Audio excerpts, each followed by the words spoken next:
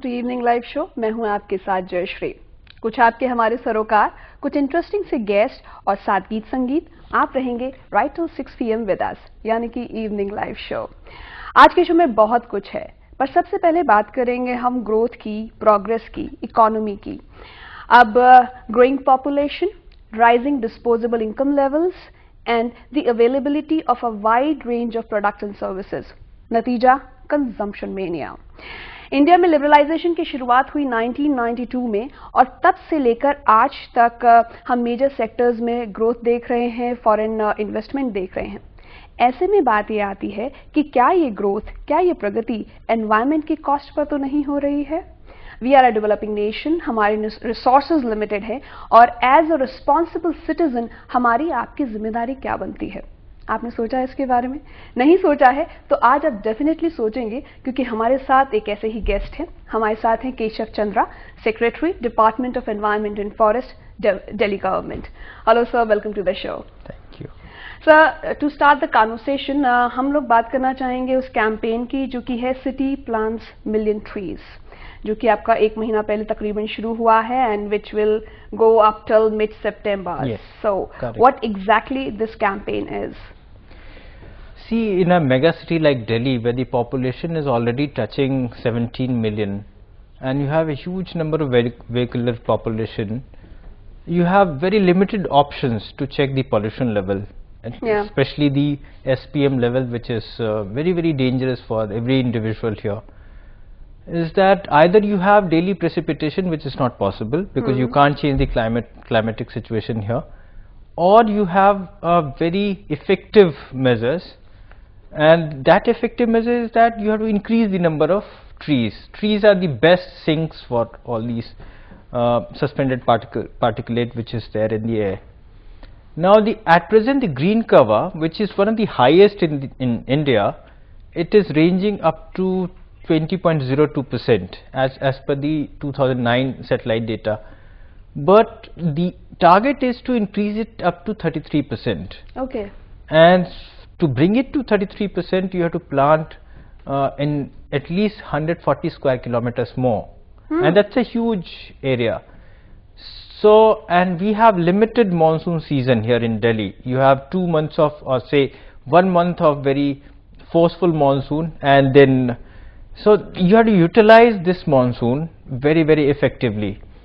And we realize that unless until every individual, every group, all stakeholders from the government, they all get together and utilize this monsoon season effectively, we would not be able to achieve it. And that's why we thought that we'll give a appeal to every section by calling this campaign City Plants Million Tree. The target is that we'll not stop till 1 million trees are planted. We make a very robust plan of their upkeep, and we'll try and increase as much of green area as possible. It sounds really interesting और एक जिम्मेदार नागरिक के नाते मुझे लगता है कि मुझे भी इसमें एक हिस्सा लेना चाहिए। मैं कैसे इसमें पार्टिसिपेट कर सकती हूँ उस पर बात करेंगे, लेकिन उससे पहले आप सबसे कहेंगे, जो आप प्रोग्राम देख रहे हैं, आप भी चाहें तो केशव चंद्रा जी से सवाल पूछ सकते हैं। आपको अगर एनवायरनमेंट की चिंता है या आपके आसपास एनवायरनमेंट रिलेटेड कोई इशू, कंसर्न है, उसे आप एड्रेस करना चाहते हैं, तो you are more than welcome.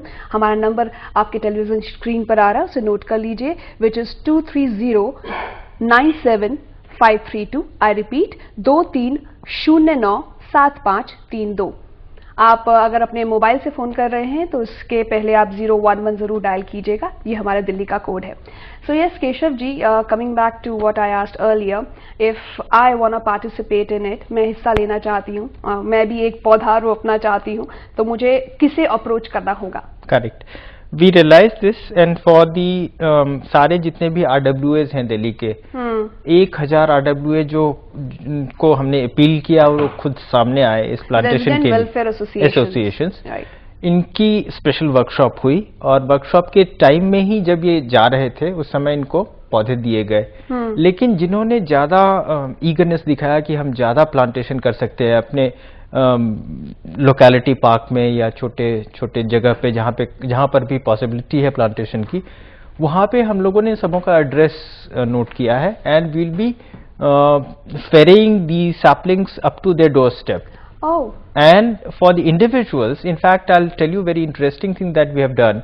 Just to reach out to the younger generation, we have started a page on the Facebook. It's called Green Leap Delhi. So anybody who's interested can go and search That's that a nice page. initiative. And we already have 15,000 hits, and 15,000 people, young generation, youngsters are enrolled in that. And for all the individuals who want to collect sapling and plant it there in their household or in their locality, we have fixed 150 distribution points where the saplings can be collected. Okay. Now 51 metro stations, outside metro stations, very attractive kiosks have been set up, and the saplings would be kept there. Anybody who's willing to collect saplings can collect it. And they are free of cost. They are free of cost, obviously. Okay so एक बार आपने पौधा रोप तो दिया, उसके बाद उसकी maintenance आती है. नॉर्मली क्या होता है, एकदम से जज्बा आता है, आपको अपने देश के लिए कुछ करना है, शहर के लिए कुछ करना है, खून दौड़ता है, हम सब दौड़ते हैं. पौधा रोप दिया, जिम्मेदारी खत्म. तो उसके बाद अभी जब कॉमनवेल्थ गेम्स हुए थे उस दौरान भी बहुत सारे पौधे ऐसे लगाए गए थे विलेज गेम्स, विलेज के आजू बाजू और ब्यूटिफिकेशन के लिए. लेकिन after some time, as soon as games went over, पौधे सूख गए. So maintenance comes very important. So उसकी मेंटेनेंस की जिम्मेदारी मेरी होगी अगर मैं पौधा सींचती हूँ, या आपकी होगी? जी हाँ. यदि आप एक इंडिविजुअल हैं और अपने घरों में पौधा लगा रहे हैं या अपने पार्क में पौधा लगा रहे हैं, तो ये संभव नहीं है कि सरकार हर एक जगह पे या गवर्नमेंट की कोई भी मशीनरी जाके हर एक हाउस होल्ड में उस पौधे की देखभाल करे. तो सारे इंडिविजुअल से ये अपील है कि वो उस पौधे को, और इसमें ज़्यादा आवश्यकता नहीं है, आप सिर्फ यदि 2 साल तक, जब भी कोई पेड़ लग रहा है उसमें 2 साल तक रेगुलर पानी देते रहें, तो 2 साल के बाद वो स्टेबलाइज हो जाता है. फिर उसको आवश्यकता नहीं है देख रेख की. तो पहला 2 साल क्रूशियल है किसी भी सैपलिंग के लिए, और इस दौरान हर एक इंडिविजुअल का कर्तव्य है कि उसकी देखभाल करे. वो बेबी है, उस आदमी का बेबी है, तो उसकी देखभाल 2 साल तक करें. वो फिर जब बड़ा होता है तो वो फिर आपकी देखभाल करना शुरू करता है. यस, जिस तरह से आप एक बच्चा गोद लेते हैं, उसी तरीके से आपको एक पौधा गोद लेना होगा और उसकी हर जरूरत को पूरा करना होगा. कोई आपका पड़ोसी उसे करके नहीं जाएगा. सो टॉकिंग अबाउट पड़ोसी, ये तो हो गई चलिए हमारे एनवायरनमेंट की बात. अब दिल्ली गवर्नमेंट ने कुछ टाइम पहले प्लास्टिक बैग्स को भी बैन किया था. अभी थोड़ी देर पहले हम बात ही कर रहे थे, क्योंकि आज इतनी बारिश थी, मैं भी ट्रैफिक में तकरीबन फंसी रही हूँ 1.5-2 घंटा. प्लास्टिक की वजह से मानसून सीजन में आपकी ये जो ड्रेनेज सिस्टम इतने क्लॉग हो जाते हैं. All the roads which are well built, well maintain, they are like झरने बने हुए हैं पानी के वहां पे. सो ऐसे में आप दिल्ली वालों से क्या कहना चाहेंगे? मैं सबसे पहले लॉ पोजीशन इसमें बताना चाहूंगा कि प्लास्टिक बैग चाहे किसी भी माइक्रोन का हो, दिल्ली में उसका स्टोरेज, उसका होलसेल, उसका डिस्ट्रीब्यूशन, उसका रिटेल डिस्ट्रीब्यूशन, सब कुछ बैन है. और इसमें सारे इंडिविजुअल के सहयोग की आवश्यकता है, क्योंकि सबसे ज़्यादा एनवायरमेंटली हैजार्डस मटेरियल ये प्लास्टिक बैग्स है. और ये सिर्फ न चोक कर रहे हैं हमारे सारे ड्रेन्स को, बल्कि इससे जो जानवर खा रहे हैं वो, इसका डिस्पोजल लैंडफिल साइट्स पे बड़ा मुश्किल है. 500 साल तक इनका डिस्पोजल नहीं होता है. तो ये पूरा, इससे लीचेट बहुत पैदा हो रही है. तो ये सारे जो फैक्टर्स हैं इसको बहुत ही डेंजरस एलिमेंट बनाते हैं. और दिल्ली जैसे महानगर में जहाँ पे हम लैंड लॉक्ड एरिया है और बहुत ही लिमिटेड स्पेस हमारे पास है, तो हमें इन सारी चीज़ों पे एक्स्ट्रा कॉशियस रहना पड़ेगा. और अभी से ही हमें ये जो सरकार ने अभी लॉ पास किया है, इसके तहत जो प्लास्टिक को बैन किया गया है, इसमें हर एक इंडिविजुअल को सामने आना होगा कि यदि कोई दुकानदार दे रहा है तो उसे रिफ्यूज़ करें. और जो इसका सोल्यूशन बहुत ही सिंपल है. यदि आप अपने घर से एक कपड़े का एक थैला लेके जाते हैं या जूट का एक थैला लेके जाते हैं, जो कि देखने में भी ज़्यादा बढ़िया लगता है और इन्वायरमेंट के लिए भी बहुत बढ़िया है, तो हम सबों को आगे आना पड़ेगा. और बहुत सारे दुकान, ऐसा नहीं है, बहुत सारे शॉपकीपर्स, बहुत सारे इंडिविजुअल्स ऑलरेडी कर रहे हैं. ऑलरेडी ये कपड़े का थैला और जूट का थैला लेके वो मार्केट जाते हैं और सामान लाते हैं. हम इस सबों को, थैला और जो जूट का थैला, ये बड़ा साउथ दिल्ली टाइप का कॉन्सेप्ट लगता है, to be very honest with you. आप ठीक है मैक्रो लेवल पे, यस, बड़े बड़े जो स्टोर्स हैं, रिटेल चेन्स हैं, जो आपके एयर कंडीशंस फूड मार्ट्स हैं, वहाँ पर आप इम्प्लीमेंट कर सकते हैं. वहाँ पे वो आपको बैग नहीं देते हैं.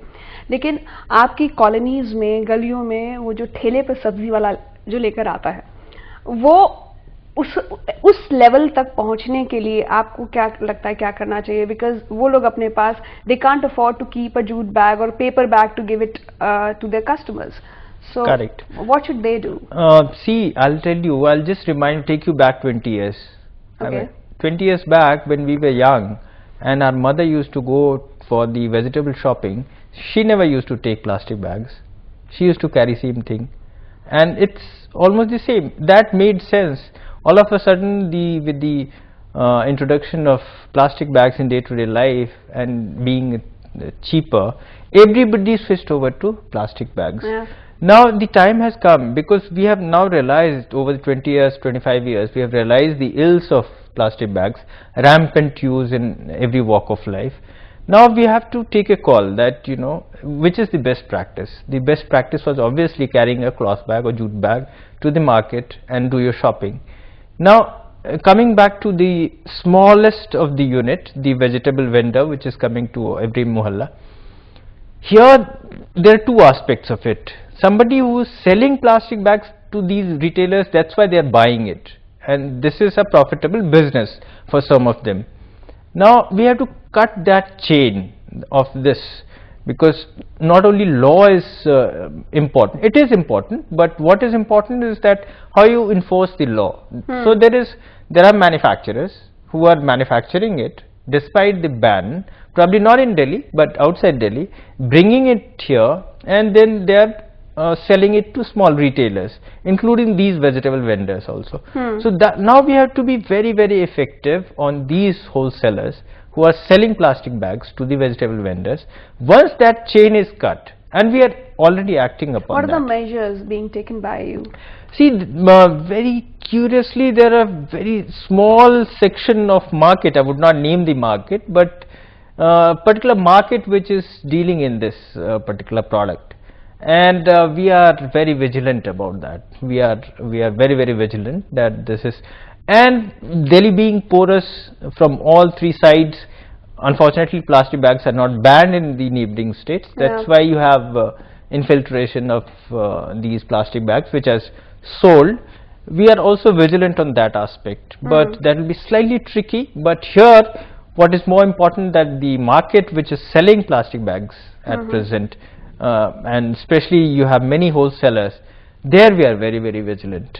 We have also told all the MCD, because it falls under municipal duties, so Municipal Corporation of Delhi and NDMC, these two agencies, we already had a meeting, detailed meeting with the highest of the executive body under no less than Chief Secretary, and they have been told to sweep market wise, one market after other, and ensure that market is made free of plastic bags. So, ये तो आपने बात की उन retailers की, shopkeepers की, but people like us, मुझे भी अगर कभी कहीं जाना होता है, यस मैं एक जिम्मेदार नागरिक हूँ, ये बात मानती हूँ, और दिल्ली में अक्सर ये होता है जब कोई नई नीति लाई जाती है, कोई रूल इम्प्लीमेंट किया जाता है, तो सबसे पहले फाइन लगा दो जी, मोटा फाइन लगा दो। वैसे तो लोग अपनी सेफ्टी के लिए बेल्ट लगाएंगे नहीं, आप 1000 रुपये का फाइन लगा दो, आप कुछ फाइन लगा दो। कुछ टाइम पहले प्लास्टिक बैग के यूसेज में आई थिंक 50 रुपये का, 100 रुपये का कुछ फाइन था। तो आपको लगता है कि जब इस तरह से फाइन लगा दिए जाते हैं तो उससे क्या इम्प्लीमेंटेशन ईजी हो जाता है, और क्या चैलेंजेस आते हैं? ईजी नहीं होता है, क्योंकि आप देखेंगे कि यदि लीगल प्रोसीजर मैं पूरा समझाने की कोशिश करूं, बहुत लंबा है। इसमें जो ऑफिसर कंप्लेंट फाइल करता है उसको कोर्ट में जाना होता है, और कोर्ट में वो एज विटनेस फिर सारी हियरिंग में प्रेजेंट होना होता है। तो गवर्नमेंट एजेंसी के लिए भी ये बहुत ही आसान तरीका नहीं है कि किसी को फाइन किया जाए। वो डायरेक्टली स्पॉट चालान नहीं कर सकता है इस एक्ट के अंदर। उसे कोर्ट में पेश करना पड़ेगा, सारे एविडेंस देने पड़ेंगे, बहुत सारी हियरिंग होगी, और इसका मतलब है कि वो अपना काम छोड़ के वहां पे प्रेजेंट रहना पड़ता है। तो यदि नंबर ऑफ कंप्लेंट्स ज्यादा है तो ऑब्वियसली उस पे प्रेशर बर्डन जो है वो बढ़ेगा।